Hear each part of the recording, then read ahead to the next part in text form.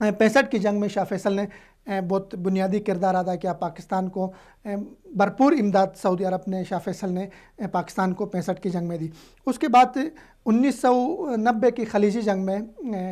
پاکستان کی فوجیں جو ہے وہ سعودی عرب آئی اور انہوں نے بھرپور سعودی عرب کے ساتھ کھڑی رہی، حرمین کی حفاظت کی، سعودی سیکیورٹی کے اوپر انہوں نے کھڑی ہو گئی۔ اور اسی طرح اگر ہم بات کریں پاک سعودی جو دفاعی تعلقات کی، بہت لوگ نہیں جانتے کہ پاک سعودی دفاعی تعلقات کا پہلا معاہدہ کب ہوا تھا۔ پاک سعودی دفاعی تعلقات کا پہلا معاہدہ 1967 میں ہوا تھا،